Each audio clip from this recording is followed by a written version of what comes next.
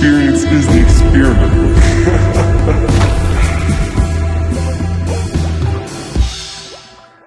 Today's guest hails from Los Angeles, California. He is one of my absolute favorite people in LA. He's the most mystical man out here. He can play every instrument. He's got perfect pitch and even better wardrobe. Please welcome Benny Lipson. Thank you for having me on. Thank you for coming on. I absolutely love this whole scene of the coat and Luna in your arms. This worked out naturally, yes. We didn't direct this. It's beautiful. Please, Chewy, give us the sponsorship. Tell us about this jacket real fast. Where is this from? This is called a farwa. Farwa. And it's from Saudi Arabia. I purchased it there at an outdoor market. Okay. Kind of like it's called a souk. Like an Is it kind of like a shuk? Yeah, they would translate similarly. Yeah. Okay. It's a lot of haggling. Yeah, I bought a few of them and said, okay, if I buy this many, can I get a discount? And I was given a good price on it. Yeah, and he didn't want to get change. It was perfect. Unreal. And I know why, but will you explain to everybody why you were there in the first place? I was in Saudi Arabia working, playing music. There's like a yearly pop-up festival for the winter season called Riyadh Season in the capital, and they had a big theme park there, and I was playing music from Marvel movies as part of a Marvel universe, and it was like an Epcot Center type thing. There's a Greece, there's Japan and China, and all these different worlds. Interesting. Surrounding a lagoon. And I had to take some of these back. It was quite cold, like desert chili. Yeah. You don't expect it, or at least I. Yeah, that kind of just dry chili. Yeah. And these came in great handy. I wore them once I got them. I wore them a ton out there, and then I've been trying to keep them in style here. Yeah, real fast. Tequila or scotch? I prefer tequila. Let's do it. So real fast, just to give an intro. I think a lot of the people on this podcast have met a good bulk of our friend group. I'd say from Mickey to Dean to Kobe to Danny. The whole crew. And I've been so excited to get you on. And my favorite episodes in the world of this podcast are just having the people on that I'd want to be having the conversations with, or I would be having these conversations with anyways. Mm-hmm. I don't think there's been a week since I met you where I haven't seen you and had some sort of fun, great conversation, let alone the jams. And just to kind of explain my introduction, we all joke around, at least me, El, Kosh, a bunch of us, that you're like the most mystical person we know. Because you'll come to a party. First of all, I've never met somebody who genuinely just digs and goes through life with such a smile. And that's, first of all, it's very infectious, but it's also like, it sets the standard for the room. It sets the bar. Yeah, I have resting smile face. Dude, what's better to have than that? Kind of always like, up here. I love it though. But it's real. It's like you're genuinely that person, and you come in, everybody's so happy. And that video of you and I jamming that you sent over, I sent it to my brothers, and both of them right away were like, holy shit, it's Benny. They love you to death. Oh, that's so great. I like to hear that I'm considered a mystical person. And I feel like I used to have a lot more mysticism about me, and just when I was a little bit younger. And over time, I feel as though I've been less magical in that way. But it just evolves over time. But it's nice to hear when somebody says something like that. Occasionally, I ask a friend, I'm like, have I lost it? Is it gone? No, not at all. And I think there's also, though, like, there's a balance that needs to be there. There's a balance. There's some people that are like super mystical, but don't have a way to convey their happiness and their emotions to the rest of the world, which is fine. Everybody's got their own thing. But what I appreciate about you is, like, you're always the life of the party, but you always have a way of getting other people to feel the same way. Like when you walk in a room, there's like the few people in the friend group. Like I think the two people that always come to mind are you and Allegra. When you guys walk in a room, everybody's smiling. Everybody's ready to jam or dance or have a great conversation. Like there's never a thought of like, should I leave LA? Because I'm leaving the family that I built. Totally. That I was No, we've welcomed got a into. good group here that's hardworking, but also makes time for everybody and for the events that we know will be bringing us together. Yeah, absolutely. So explain to everybody what you play, because it seems to be everything in the room. Well, I started playing as a 7-year-old. I started taking piano lessons. My grandma played piano. She was a great pianist, like a stride player of the Great American Songbook. And my mom is a fantastic performer. She's a singer. My dad used to be a performer on Broadway. He's transitioned to photography since then and been a photographer much longer. Oh, I saw his new Polaroid machine at your birthday. Yeah. He's the fucking man. So I was born, I believe this affects my musical journey, and I'll get into the instruments right after. But when I was 7 weeks old, I went on tour with my family. My mom was performing in Evita. If you're familiar with it, it's a musical about the life of Eva Perón in Argentina. And who's Eva Perón? She was a political figure in Argentina. She started poor, like and sort of rose to power through dating, and she ended up being the first lady of Argentina for like a populist movement for Juan Perón. Anyway, it's a great show, and it was like the Hamilton at the time. It was very popular, and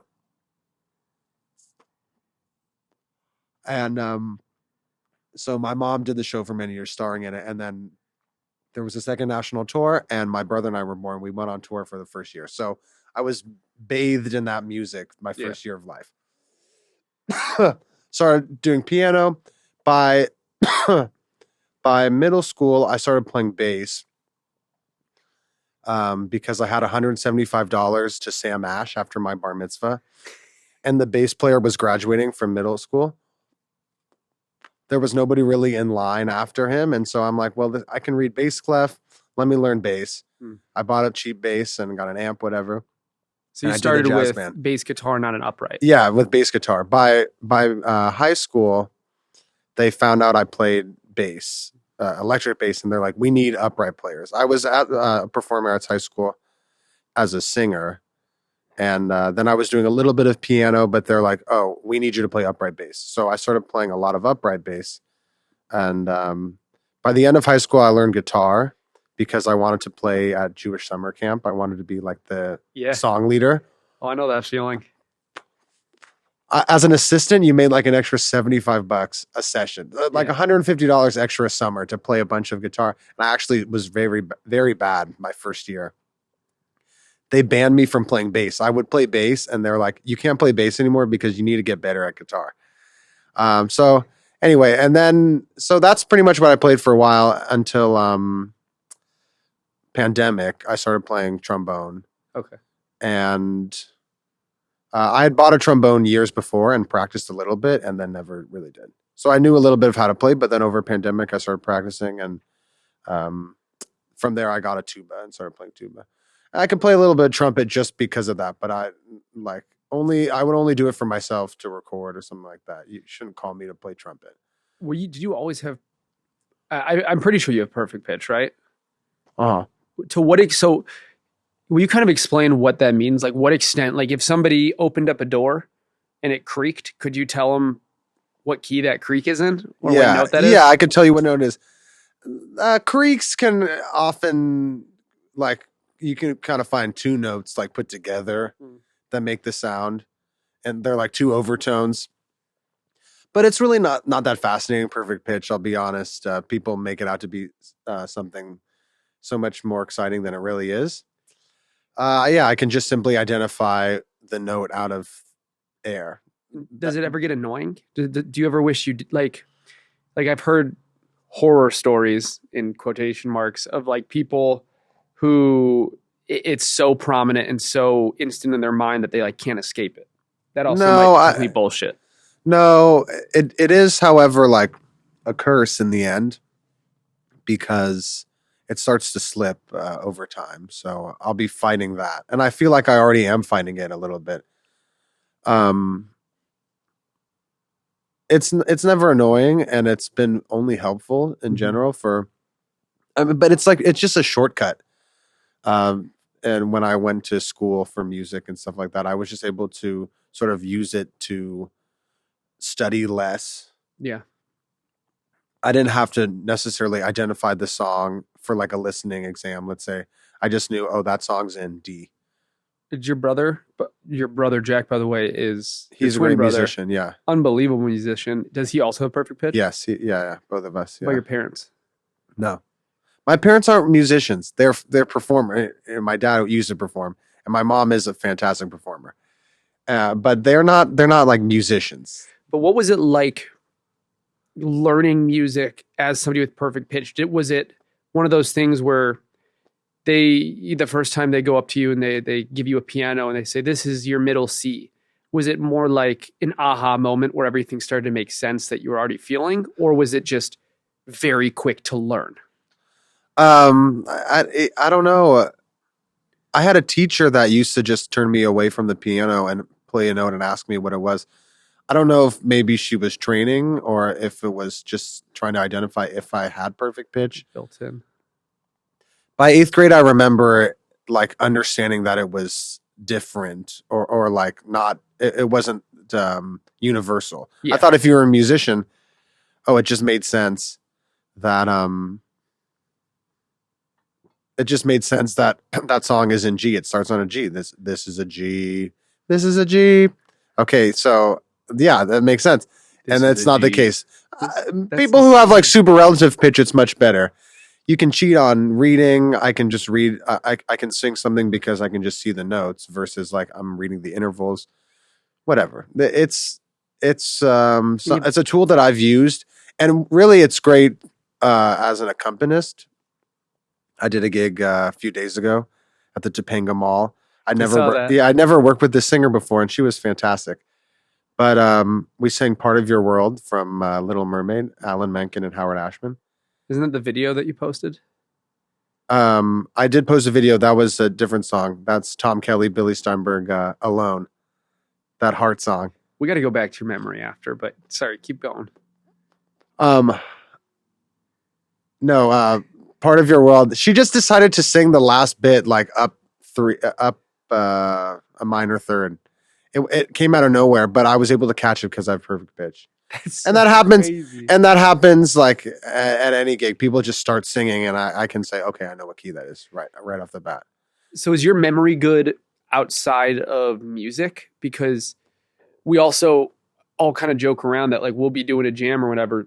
Somebody will say a song, or they'll like hum the first 2 notes of a song and be like, fuck, what is this song? And you have it. It's in there. You might, whether it takes 4 seconds or 10 seconds to get it out of there, you have the song, you have the melody of it, and you have, obviously, you can play it because you have perfect pitch as well as the ability to play the instrument. Yeah, yeah. I never think about that. Like song memory, you're asking how I know, how I can remember these songs. My brother was saying when he met you, he's like, this kid's a fucking jukebox. Yeah. I've just heard the songs a lot. I mean, it's all the same. Music, most of the stuff kind of works the same way. You know, if you play enough, you've covered most like harmonic movement. And I feel like some stuff is just ingrained. Yeah. When we go through it at the jams or something, we call Boulevard of Broken Dreams. I just heard the song enough. Yeah, but I don't necessarily... I've heard those songs enough, but I still... having that instant recall is not... It's like most people I don't think have that ability. And I can understand also how that might be a weird question, because it's like asking me, is it weird to walk? I've been walking for as long as I can remember. So it feels like this average thing that of course everybody can do. But I don't know. It's a weird thing to see in person, to see somebody be able to recall so much information that maybe hasn't been touched in so many years. Yeah. Well, it's sort of inexplicable, like walking. Yeah. I just can hear the song and pretty much, understand it. And you like I did performing arts middle school. Like I was in band in middle school, and high school I went to a rigorous performing arts school, and I went to conservatory college. You do enough training, as well. And I like studying, and I like being a geek and digging into it. So, is there any parts of it that you find frustrating, having this much knowledge in music theory as well as the perfect pitch? Do you ever feel like it hinders your ability to kind of escape the guides, escape the rules? no, I like the rules. And I do have a friend that has made a comment before along the lines of, I'm comfortable with the amount of knowledge I know about the amount of knowledge I have in music. Yeah. And I don't want to know more because I believe it's going to hinder creativity. But I like rules, and knowing the rules helps me even more.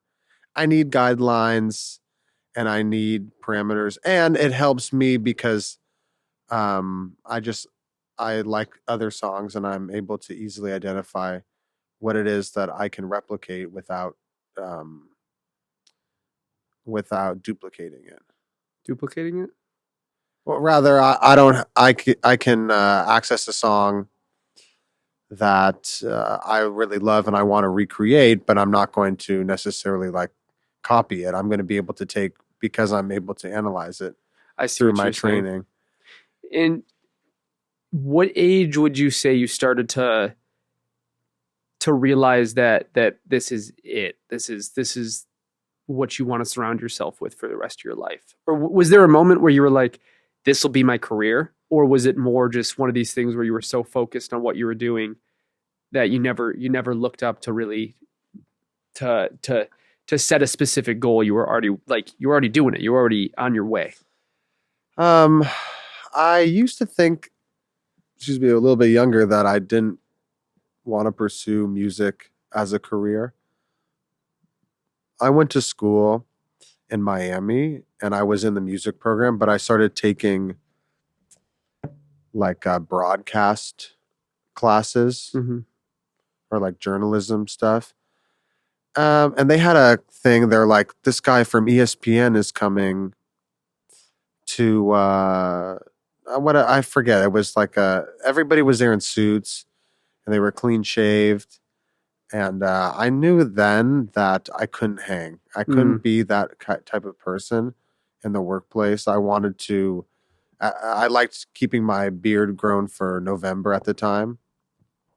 Every November, I would let it grow, all month, and then I didn't want to wear a suit. And I just don't have any other skills aside from music. It's so interesting because most people I talk to on this podcast, so in the music world, and just the people we surround ourselves with, could there have been a plan B? Yes. But for most of us, it's not even this option of, did we make a plan B? That thought never came in our head. It was just like, this is what we do. Yeah. And I think there's always going to be times of doubt or judging yourself, comparing yourself to your peers that maybe aren't in music, and trying to put yourself in their shoes and see what it would feel like for a day. But like, I think most of us come back to this place of plan Bs are for people that think that they need something else to fall back on, versus understanding that whatever this life brings, whether it's wealth or not, whether it's stability or not, at the end of the day, making music is just kind of, that's what I'm going to do. It's there's not as much of a thought process as people might think. It's just more this automatic, instinctual experience that you're just kind of relying on. Yeah. I'm happy to pivot maybe later on in life or something, but What do you I think don't that could have be? any. I have no other skills. Oh, something in like entertainment. I don't know, writing, directing. I think I'm a keen person. Producing. I don't know, nightlife.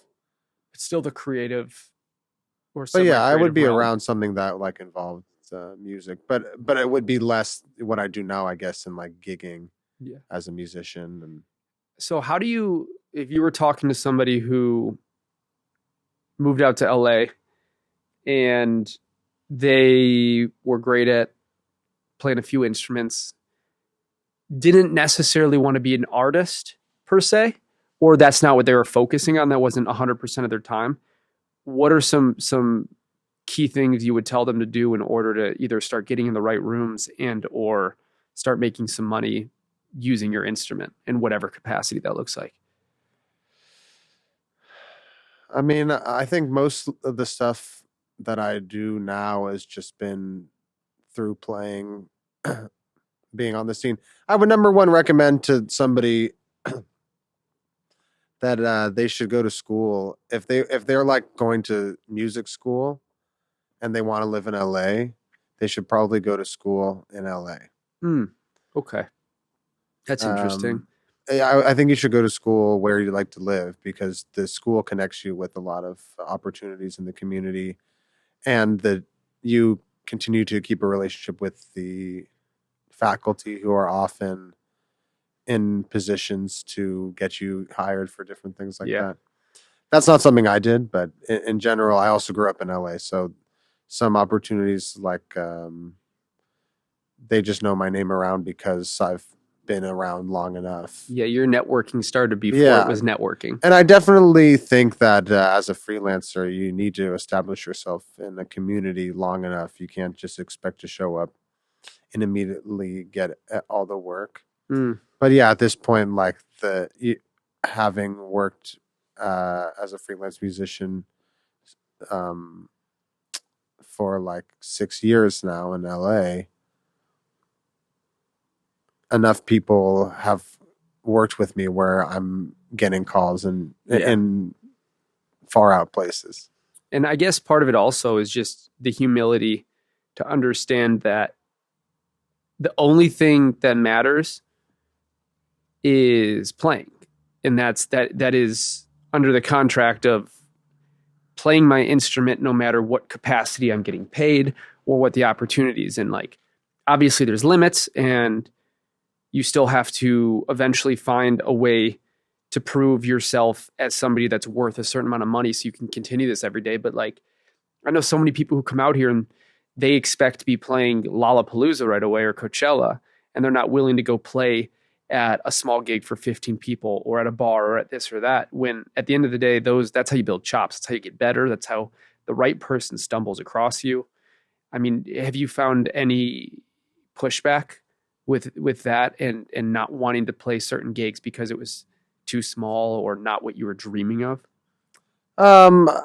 Certainly when I was first playing, when I first got back to LA, I was playing gigs with different bands. Um, because I had other work. I was teaching music at a synagogue. So I had my income figured out. I was making enough money to survive. So I didn't necessarily need to take paying work. And I just wanted to be in the scene and playing. But certainly, what I think makes a huge impact is going out and supporting other artists and other musicians, Yeah. and being present definitely helps to start getting work and opportunities because you're actually showing up in people's faces. Yeah. That definitely helped. When I was first here in LA, I went out all the time. And I think some of our friends who you were talking about earlier would attest to it, that they're like, Benny was just constantly out making friends and being around new people and Still, I'd say. bringing people together. And if you think if you think it's intense now, pardon me, it was, threefold. Yeah. Really, it was. I made records of like 4 shows at different bars in one night where like it just worked out: 7 o'clock, 8 o'clock, 9 o'clock, 10 o'clock. Have you always been good at scheduling and that communication aspect of this, because that is, I mean, obviously, first of all, just to preface this, I've been asking you to come on here, and we've been talking about this forever. This was going to happen sooner or later, and will happen many, many, many more times. But part of the reason that we ended up doing this is because I'm terrible at communication, and as my network grows, and as my friend group grows, and as my career grows, it's only becoming a larger part of my life. And that's something that I'm really working on, is trying to get better at answering people quicker, answering more efficiently, not just looking for conversation, but sometimes giving information quicker so I don't have time to forget to give it to them. And that's kind of how I ended up missing my original podcast for tonight. And then you texted me out of the blue, what's going on tonight? And I think it's just kind of another example of what you're talking about. You're always looking for the hang. You're always looking for the opportunity to go be with friends and find new experiences. And first of all, it helped me out because I have a podcast, but also I feel like these are some of my favorite ones where it's this spur of the moment thing. But where I was going with all this is it's just another proven point that you sometimes have to be the one who initiates the hangs, because some people just are terrible at it. It's not that they don't want to, it's just that they're bad at it. That's something I'm working on, that I look up to what you do is like, that's a really good thing to do. And that's clearly something that's very obvious here, is you initiate it. You're always the first person to be like, yo, what's going on? You always show up. If you say you're going to be there, you're there, and you're there when you say you are, or you will be. Were your parents like that? How was that kind of installed into you? My parents definitely are good about that stuff. And my dad has said things like, you're only as good as your word. And I do believe in keeping your word and saying you'll be somewhere and being there. And very much the golden rule. Pretty much any religion has some sort of idea that evolves in you only get what you give, or treat others the way you want to be treated. So I would hope that people would keep their word with me. And so I try my best to keep my word and to get it back as well. And I definitely have some friends that are intimidated by that. They're like, we can't be as close because they don't want to keep their word as strong as, and good on them to know, like, okay, then we can't be close because it's going to, that's important to you. Yeah. It's going to and cause a fissure in the relationship. And I'm trying, because I do, if I tell somebody I want to do something, I mean it. And I've definitely gotten better, but I still always have way too many unread messages. And part of that right now is I'm just in that place of I'm working a full-time job, 40 plus hours a week, coming home, not even stepping inside, going right to the studio, doing a podcast, and then editing until I can't keep my eyes open anymore. So I'm at this place, but that's also no excuse to not. I think a lot of this just comes down to doing it right away and just answering when somebody texts you and not waiting an hour, because that hour will turn into 2 days, and just doing things a little bit quickly. Whether you like it or not, it's probably going to help you in the long run. Yeah, well, I certainly think that like a level of professionalism, or again, keeping your word, is valuable in being hireable and being easy to work with. Mm-hmm. And I certainly believe that some of the people that we strive or look up to, to be like or look up to, they keep good schedule, or they have routine built in. And again, I like rules. I like guidelines. Yeah. And so that's good to keep word. And I was sort of feeling lazy yesterday. I told somebody I would go to this backyard jazz thing. And then I was like, I just want to kind of play and practice a bit. But I kept my word, and it was good. anyway, I was like, there was no question. I'm gonna make it because I said I would. Yeah, that's something that I'm working on. And if you're listening, I encourage you to work on whether how good you are at it. It can always get a little better, I think. But it does make a difference, and I'm always so appreciative when people are better at it than I am, because I have so far to go, and I'm trying to get good at it because it really does make a difference. The one thing I'm not late. I'm never late for things. Oh, good. In fact, I'm even the job I've been working for a year. I'm still always sitting outside 15 minutes early. I worked with a drummer. My brother and I write music and play it together. And we worked with a drummer. She used to be late all the time. And she blamed it on traffic, which I thought was a lousy excuse in our city. You know, you just have to allot for that. Yeah, you know it's going to be there. And from Burbank to Sherman Oaks, that's not no excuse. Not traffic. Okay, so I'm going Glendale to Woodland Hills at 9 a.m. It's bad? Oh yeah, it's taking me an hour. Dang. But I'm not late. Yeah, no, you can't be late. No. So, and then of course some people say on time is late. Drummers are very good at timeliness, and it's not because they play drums. So I'm shocked. You're a drummer and you're saying you're saying you're good at time. Excuse me. I am good at time. Being on time. So just not answering things on time. Yeah, I've noticed that most drummers are very punctual. Yeah. Benny. Yeah. This was so fun. We're not done yet, but we're getting close. Okay. Before we end, what do you want us to know? Well, those listening, we have listeners where? In Los Angeles? Yeah, there's listeners. Good. A little bit everywhere. Listen, so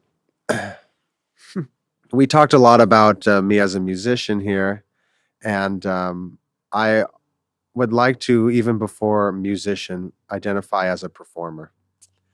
I'm confident that I'm on top of my game right now, and I'm ready to put myself out there, and I'm wearing my big coats. You are wearing your big coats. And I got my cool shoes. So what I'm hearing is, if you're looking for somebody to stand on stage, to play in the studio, to maybe go on tour. Yeah, I'd like all those opportunities, and I'm playing weekly here in Los Angeles. Tomorrow night. Every Wednesday night at Thai Angel Bar. It's in either North Koreatown or South Thai Town, however you want to look at it. But possibly in Larchmont. Possibly Larchmont. It's Benny Lipson and the Penang Gang. Yeah. There's good Thai food. There's drinks. And I'm playing music that I like, originals as well. And just like having a good time, people come and sit in and play. So if you're a musician, we'd love for you to come and play. It's so crazy that you go there and just the killers that go on stage and the people in the crowd who come up. It's underrated. Only come though if you want to hear fucking great music and have a good time. Yes, and I'm definitely looking for those who are interested in having a good time. Yes, sir. So it's something that I'm interested in building out. And if it doesn't happen at Thai Angel for some reason, then I'll do it somewhere else. But I just have to play and perform. And I love music. I love playing these songs. And I have no outlet to perform these songs that are otherwise kind of buried. I got this Barry Manilow tune on tap that like people hear Barry Manilow. And let me say, I'm a fan of Low. He's amazing. Barry Manilow is so good. And people are, they're like, oh, Dollar Bin Barry. He's stuffed in the dollar bin because he sold a lot of records. That's why he's in the dollar bin now, because he sold tons of records because he's so good. But again, I'm about to put somebody who would say like, oh, Barry Manilow, what are you talking about?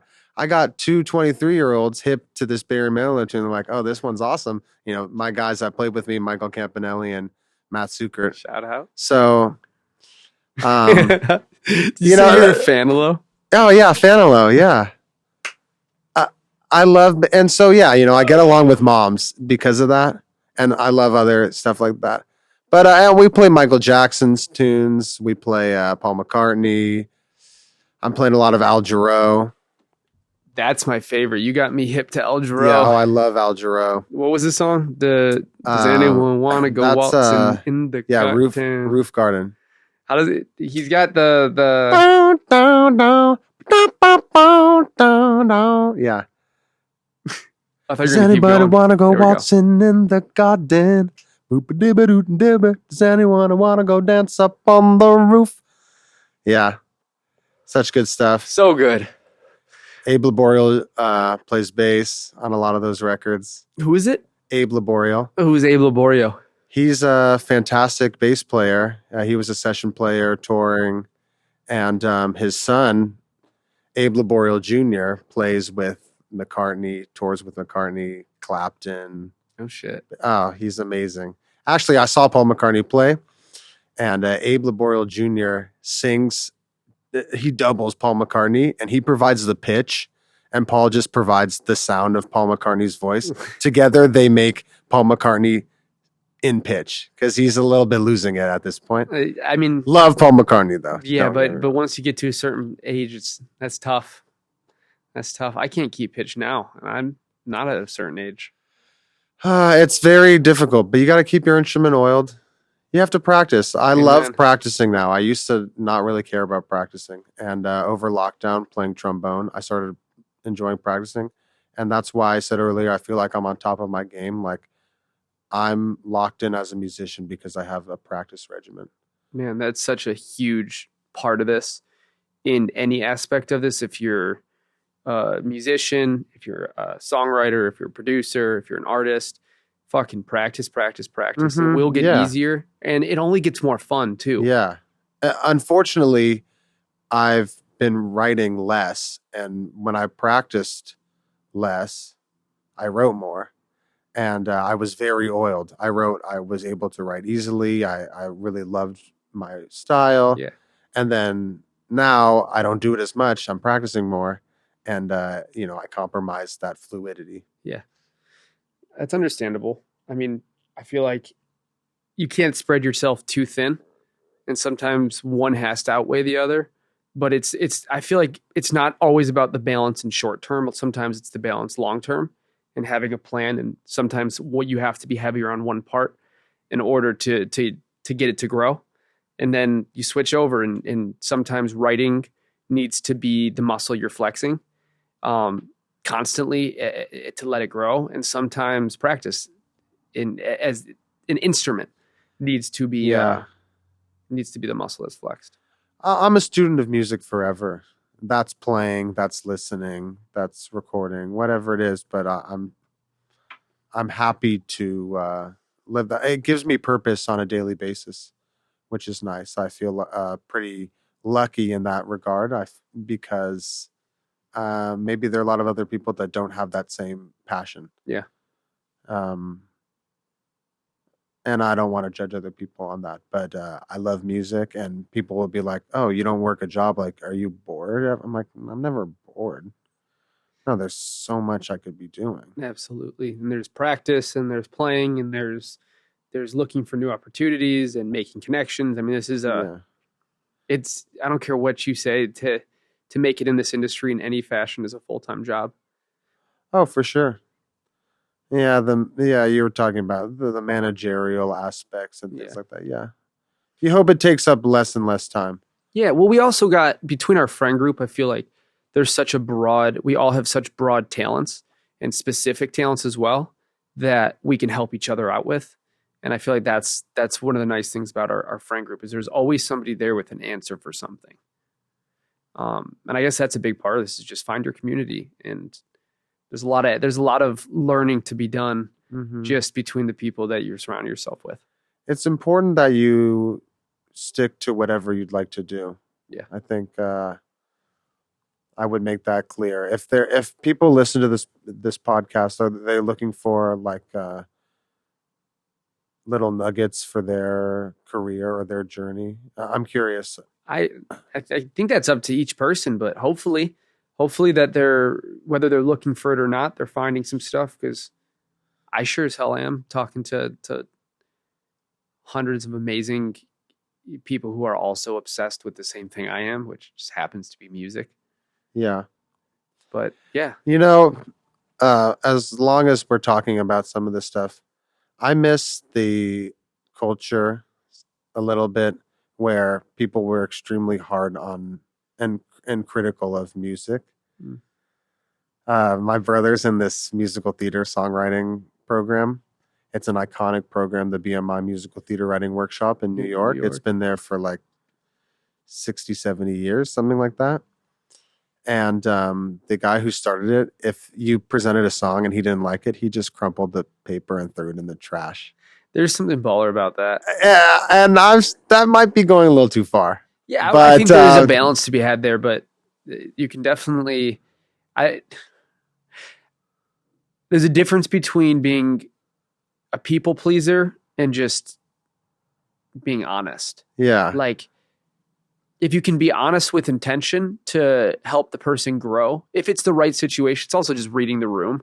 But like, if I'm with a friend and they want to know about a song that they're going to get mixed, maybe it's still at the place where they really they're asking for questions of how they can make it better or change things. I'm not going to fucking hold back. I'm going to give them everything I got. If they're showing me a song right after it's mastered, but really they're just saying, hey, listen to my new song, I understand the time and place, and I'm just going to let them know, I love you. This is great. I'm excited for you, and let them go on their way, because there's a time and place to be, I'm not going to go tell somebody their song shit after they got it mastered. Clearly they like it. They've already spent the money on it. They're not changing anything. So why tell them anything to change?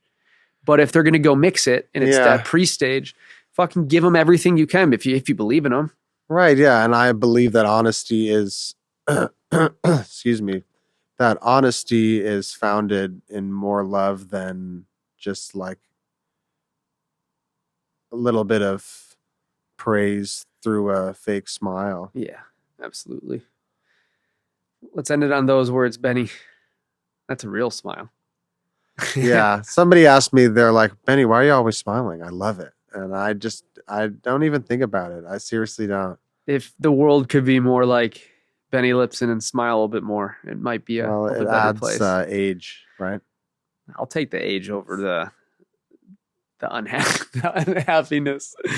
Benny, thank you very much for coming on. I love you. Thank you so much. Let's go. Find me at the Ticket Stub. On what? On Instagram. And do you have a TikTok? No, I'm not on TikTok. You gotta make a TikTok. I'll think about it. I'd like to just do whatever. I promised myself the next big thing. MySpace. I'm on. I don't care what it is. When they're like, this one is the new thing, I'll do it. I'll do it. Yeah. Wise words from Benny Lipson. I'm too late to the TikTok name. But I got vids on Instagram. I got reels, whatever. Go check it out. If you want weird, interesting music, check them out Wednesdays. You'll find that. Yeah. Thai Angel, Penang Gang. Thai Angel, Thai Angel, Thai Angel. Thai Angel. Benny Lipson, I love you very much. Thank you, everybody, for watching. Thank you for listening. We'll see you again next week. And to everybody out there, I'm Benny Lipson, and this is an experiment. Yeah, it is. Love you guys. Bye.